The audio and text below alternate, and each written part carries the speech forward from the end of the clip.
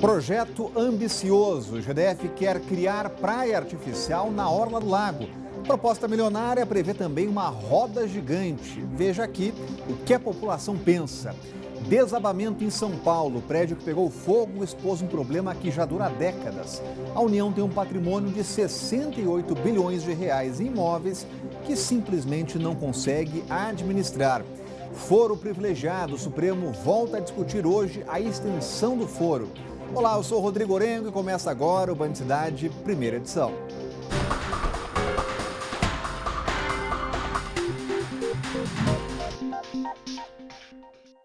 O governo do Distrito Federal promete uma revolução na orla do Lago Paranoá. Pelo menos é o que prevê o plano Orla Livre. Só que o projeto de 2,5 milhões de reais divide opiniões. Se sair do papel, a orla vai ter roda gigante e até uma praia artificial. Veja na reportagem. A proposta de transformar o Lago Paranoá em um ponto de encontro público, com opções de lazer e entretenimento, avançou mais um passo. Foi anunciado o projeto arquitetônico, urbanístico e paisagístico com a nova configuração da margem do lago, nas regiões do Lago Sul e Norte. O coordenador do Orla Livre explica como foi escolhida a proposta vencedora. Nós temos que conciliar várias coisas. Conciliar a proteção ao meio ambiente e esse projeto ele está permeado por diretrizes ambientais. Conciliar o uso público com a paz dos moradores do Lago Sul e do Lago Norte. O Lago Paranoá tem 100 quilômetros de orla. O projeto prevê a construção de quadras de esportes, comércio e até mesmo uma roda gigante ao longo de 38 quilômetros à beira do Lago Paranoá. Uma transformação grandiosa, mas ainda sem data para começar. O concurso ele aponta para o médio e para o longo prazo. Então, nós queremos concluir o detalhamento desse projeto vencedor. O escritório que venceu o concurso ele tem um prazo de até 6 meses para detalhar, para que a gente possa começar, para que o GDF comece as obras no início do ano que vem. A modificação do espaço foi motivada por uma decisão judicial que exige a desocupação de áreas públicas próximas à margem do lago. Desde o final do ano passado, a Agência de Fiscalização, a AGFIS, fez 125 operações para desobstruir 454 lotes na região. Para esta arquiteta do grupo Urbanistas por Brasília, o concurso público para decidir o futuro da margem do lago foi uma decisão acertada. Com isso, você abre para pessoas que têm uma visão diferente do que a gente, bem ou mal, quem vive em Brasília há muito tempo, quem está dentro de uma estrutura administrativa há muito tempo, você acaba formatando o seu pensamento. Então, o concurso público dá essa arejada. O governo está em negociação para trazer recursos do exterior para a execução da obra. A mudança divide opiniões. Vai ser o maior sucesso e poder trazer nossa família, um local seguro, né? Onde a gente pode fazer piqueniques, a parte de lazer para as crianças, né? Então é muito bom e isso aqui tem que se multiplicar por toda a orla do lago. Exagerado. Por quê? Porque os custos, né? Às vezes não compensam. O custo é muito alto e com uma simplicidade você pode usar bem também. Projeto que dá muito o que falar e sobre esse assunto já estamos aqui com o Cláudio Humberto. Muito boa tarde, Cláudio Humberto. Será que esse projeto da tal roda gigante sai do papel? Tomara que não, né? Porque é uma presepada. O projeto é ruim, minha gente. Olha, é preciso a gente reconhecer que é acertada a decisão da Justiça de desocupar a orla do lago. E é também acertada a decisão de urbanizá-la. Agora, o que esse projeto prevê é coisa de quem não conhece Brasília, não conhece as peculiaridades da nossa cidade e fica criando, inclusive, instrumentos infantis, como esse da roda gigante. Nós entrevistamos na Rádio Band News FM o autor do projeto vencedor. E eu quis saber, vem cá, essa roda gigante, de que tamanho se imagina? É uma roda gigante inspirada em quê? Ele acabou dizendo que era inspirada na roda gigante de Londres. A roda gigante de Londres, minha gente, tem uma altura correspondente a um prédio de 135 andares. Portanto, muito mais alto do que aquelas torres gêmeas que foram derrubadas por terroristas lá em Nova York. 135 andares. Se fizer de 100 andares, será da altura da Torre Gêmeas, que tinha por aí 102 andares, né? é um devaneio, né? E até porque também é uma coisa infantil, porque o autor do projeto disse que a roda gigante seria um marco da retomada da orla para a população, que na verdade é uma vingança contra aquelas pessoas que moram ali no lago e que mantinham o controle dessa área que foi desocupada. Uma roda gigante de qualquer altura, ainda que fosse uma dessas que a gente vê nos parques de diversões, mas não é o caso, né? O projeto é mesmo uma coisa gigantesca, de 100 metros de altura. Isso aí vai tornar devassadas todas as casas da região onde se encontrar. Além da roda gigante, também estão previstas torres de observação. Ali também, no quintal da casa das pessoas, estão previstas boates, bares e restaurantes em faixas de terra de 30 metros de largura na beira do... Isso não vai dar certo. Isso não tem o menor perigo de dar certo. A sorte dos moradores do Lago Sul e do Lago Norte, aquelas pessoas que são gravemente ofendidas por esse projeto ruim, é que vai acontecer isso mesmo, vai ficar no papel. É tão ruim que não há governo que venha a pretender executá-lo, não sem modificações muito importantes.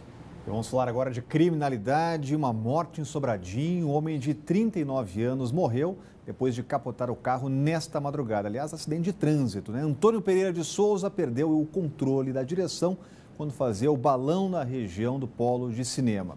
Depois de capotar várias vezes, o carro foi parar no gramado que fica à beira da pista. O motorista que estava sozinho morreu na hora.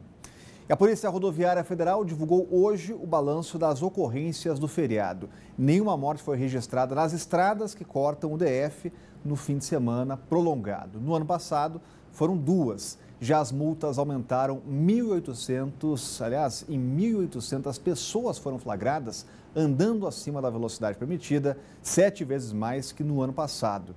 E quando o assunto é embriaguez ao volante, a PRF registrou 29 casos, 10 a mais que no mesmo período em 2017. E olha, acidente doméstico, essa é a principal hipótese para o incêndio do prédio que desabou no centro de São Paulo.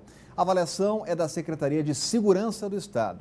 Centenas de pessoas estavam e estão agora nas ruas. Os detalhes chegando ao vivo com a Renata Dourado, porque este foi o fato das últimas horas e grande repercussão, né, Renata? Boa tarde. É isso, uma tragédia, né, Rodrigo? Muito boa tarde para você, para o Cláudio, para todos que estão aí nos acompanhando. Então, essa é uma das principais linhas de investigação, de ter havido aí uma explosão, seja de um botijão de gás ou mesmo de uma panela de pressão. Mas a polícia também não descarta outras possibilidades. Tudo está sendo investigado, como, por exemplo, problemas elétricos, né, problema ali na fiação, um curto-circuito. O fato é que especialistas dizem que trata-se de uma tragédia anunciada, exatamente pela precariedade desse prédio que abrigava mais de 370 pessoas, mais de 160 famílias que estavam lá morando nessas situações precárias. Na cidade de São Paulo, existem outros 70 edifícios com a mesma situação, abrigando também essas pessoas. O incêndio começou por volta de 1h30 da madrugada. Nós temos aí essas imagens no 5º andar desse prédio, que tem 24 andares. São cenas realmente bastante tristes. Por volta de 4 ou 5 horas da madrugada, esse prédio ruiu. Era um patrimônio histórico, esse prédio foi tombado em 1992. 49 pessoas ainda não foram localizadas. Não quer dizer que essas pessoas estejam nos escombros. Podem ser pessoas que sequer estavam no prédio nesse dia e nessa hora. Mas a polícia trabalha com um desaparecido, que era exatamente o homem que estava sendo resgatado no momento em que o prédio ruiu.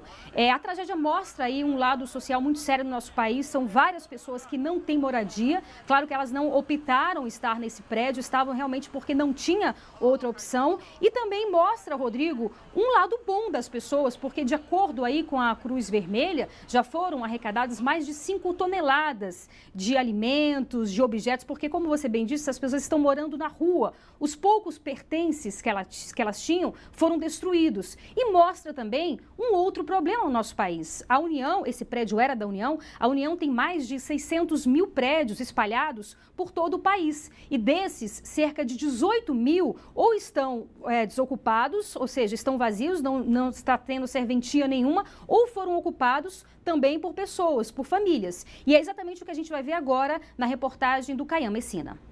O prédio que pegou fogo e desabou em São Paulo expôs um problema que já dura décadas no Brasil. A União tem um patrimônio de 68 bilhões de reais em imóveis e, segundo especialistas, não consegue administrá-lo. A União, eu diria, é talvez a maior e a pior imobiliária do mundo. Ela não tem vocação nem condições de administrar um patrimônio dessa natureza, inclusive incluindo aí os terrenos de marinha, as ilhas e esses imóveis, essas centenas ou milhares de imóveis que estão desocupados ou mal ocupados ou mesmo invadidos, né? O Ministério do Planejamento ainda está terminando um levantamento do estado de conservação dos cerca de 600 mil imóveis espalhados pelo país.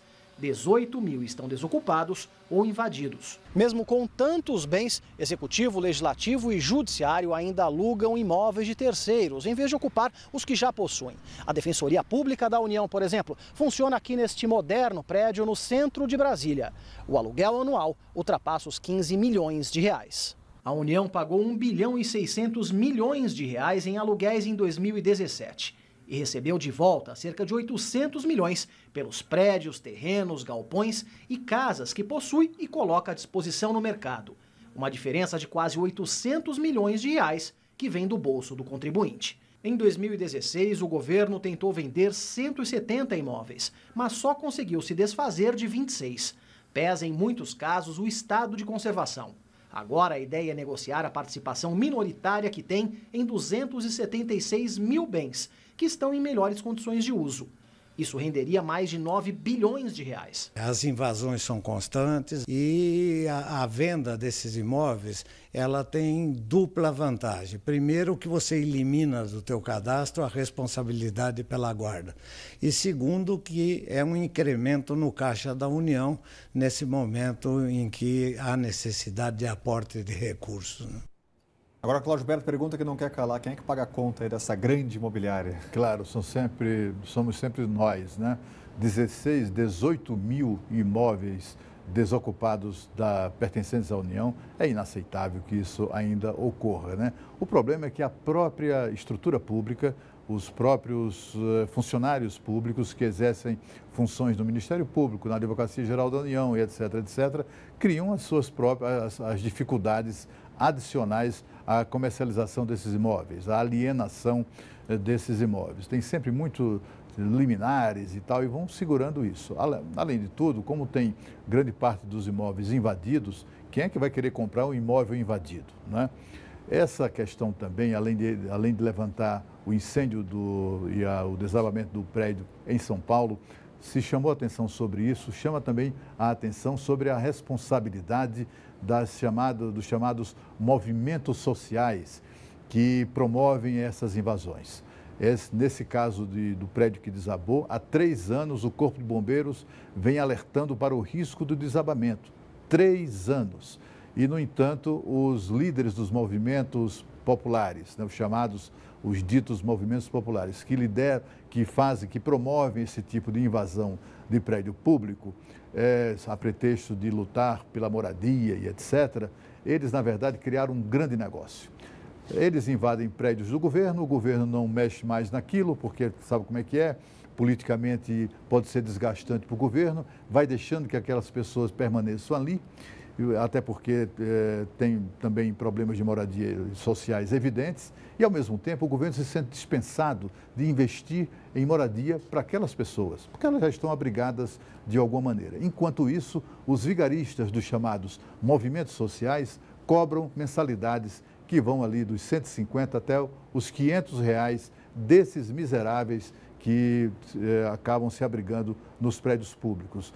O que, se você levar em conta que são, somente na região central de São Paulo, 70 prédios com risco de iminente desabamento, 70, entre centenas de outros, só nesses 70, a média de 100 famílias por prédio, cada uma delas pagando R$150 a R$500 de mensalidade para esses movimentos de sem teto, isso dá a ideia exatamente do grande negócio que virou no Brasil a indústria da invasão de prédio público.